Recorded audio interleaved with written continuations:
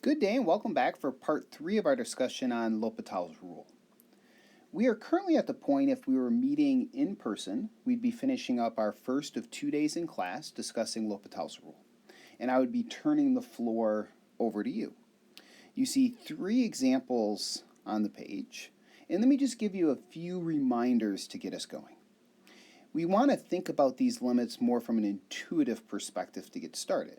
What happens to the function in the top and the function in the bottom as x approaches 1? Well, we've sketched the graph of natural log of x several times.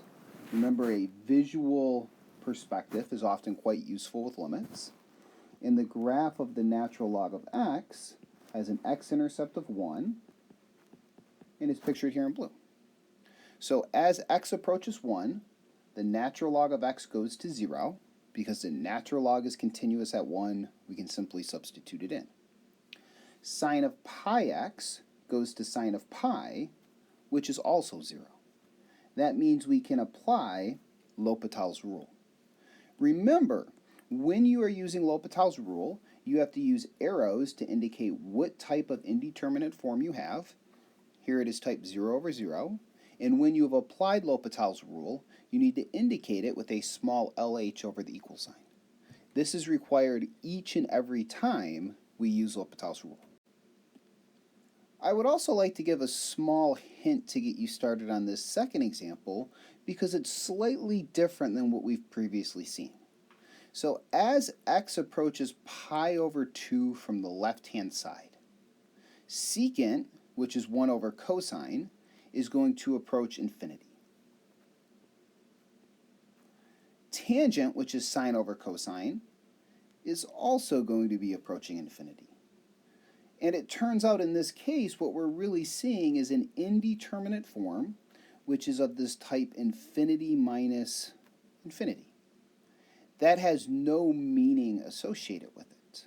In order to get to the point where we can use L'Hopital's rule, we need to combine together into a single fraction and end up with one of those familiar indeterminate forms.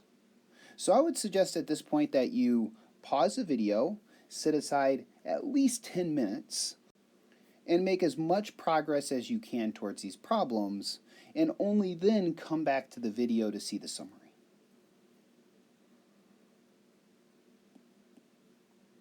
So hopefully at this point you've paused the video, you've thought about these problems. In the first limit, we have everything set up, ready to go.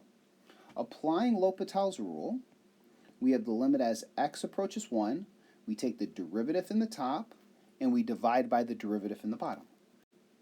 And using the chain rule, the derivative in the bottom would be the derivative of the outside, cosine, evaluated at the inside function, pi x, multiplied by the derivative of that inside function.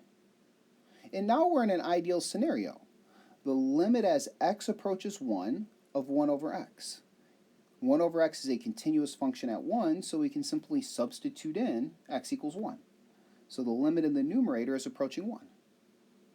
Similarly, in the denominator, cosine is a function continuous at 1, so we can just substitute that value in. What we would be left with is cosine pi times pi. So the bottom is going to minus 1 times pi. And immediately the value of our limit is minus 1 over pi. So in the first example, we have this scenario where a single application of L'Hopital's rule quickly and efficiently allows us to evaluate the limit. Note in the second example, as we discussed, a small bit of work needs to be done before we can apply L'Hopital's rule. We need to get it to one of these 0 over 0 or infinity over infinity indeterminate forms. And we can do that by combining the two functions into a single fraction. So to begin, let's just rewrite these functions. Secant is 1 over cosine. Tangent is sine over cosine. And if we combine together into a single fraction using our common denominator, this would be 1 minus sine, all divided by cosine. Now thinking about what is going on individually in the numerator and the denominator. Sine of pi over 2 is 1, cosine pi over 2 is 0. So the top is going to 1 minus 1, or 0, and the bottom is going to 0. This leaves us once again in the ideal scenario for L'Hopital's rule. L'Hopital's rule tells us we take the limit where we differentiate in the top, divide it by the limit where we differentiate in the bottom. So if we want to, we can certainly cancel off the minus signs. And we can now quickly observe that cosine and sine are both continuous functions at pi over 2. And as long as substituting in pi over 2 does not make the denominator 0, we're good to go. So recall, cosine of pi over 2 is 0, but sine of pi over 2 is 1. So the value of this limit is going to be 0 over 1, which is simply just 0. Once again, the quick reminder, make sure you're using good mathematical notation. The work that we do together can always be used as a template. If we've done something one way together in these videos or the class notes, I can hardly complain if you do the same thing on, say, a homework assignment or an exam. Note for the remaining limit, we would like to evaluate the limit as x approaches 0 from the right of sine times the natural log of x. So once again, just thinking intuitively, what does each individual term approach? Well, as x approaches 0 from either side, sine x approaches sine of 0, which is 0. And we have the graph of the natural log up to the right side of the screen. Note, as we approach 0 from the right, those associated outputs are going to be getting very, very large and negative.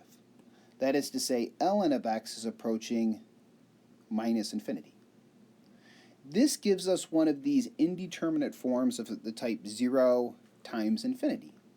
And in order for us to evaluate a limit of this form, we simply must rewrite it algebraically. And in this case, I'm going to go ahead and rewrite it as a fraction by rewriting sine of x as 1 over sine of x. So just an algebraic technique we've used several times. In general, a times b can always be written as b divided by 1 over a. Now thinking about what's happening individually. As x approaches 0 from the right, the natural log is still going to minus infinity. Because sine is approaching 0, 1 over something going to 0 will approach infinity. So we are in an ideal position to apply L'Hopital's rule. That requires us to differentiate in the top and to differentiate in the bottom. And when I differentiate in the bottom, I have the choice of using, say, the quotient rule or the chain rule. And note, if we use the chain rule and we think of 1 over sine x as sine x quantity raised to the minus 1, differentiating the outside function, we would have minus 1 over, and then we're squaring it, insert the inside function, multiply by the derivative of the inside function. And before thinking of the limit, I think it would definitely be beneficial to just simplify algebraically so we have a single fraction. Which, note, we can do pretty quickly and efficiently. We're going to have a single minus sign. The 1 over sine squared is going to put the sine squared in the numerator, and the 1 over x forces that x to be in the denominator.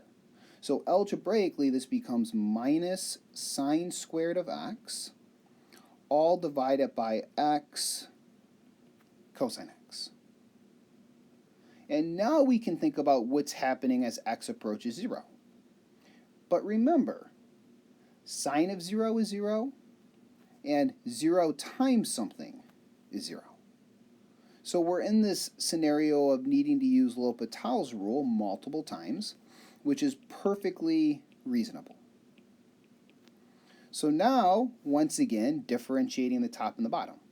Using the chain rule on the top, we differentiate the outside function, evaluate it at the inside, multiply it by the derivative of the inside. In the bottom, we're going to need to use the product rule. Derivative for the first times the second plus the first times the derivative of the second. And there's a lot going on at this point in terms of individual terms, but we simply just need to think, as x approaches 0 from the right, what are these terms approaching? As x approaches 0, sign goes to 0. So the entire numerator will approach 0. Because note, cosine of 0 is going to 1. And in the bottom, we have the first term going to 1, the second term going to 0. And when we were in Calculus 1, we'd probably go through quite a few more limit laws. But we're to the point now where it's a longer, more involved problem, and I'm okay making the jump as long as you have these arrows indicating what each term is going to, that this is going to be 0 over 1 plus 0, which is simply 0. And this completes the current video. Moving on, we are going to begin investigating several other indeterminate forms we can have, specifically indeterminate powers. So stay tuned and take care.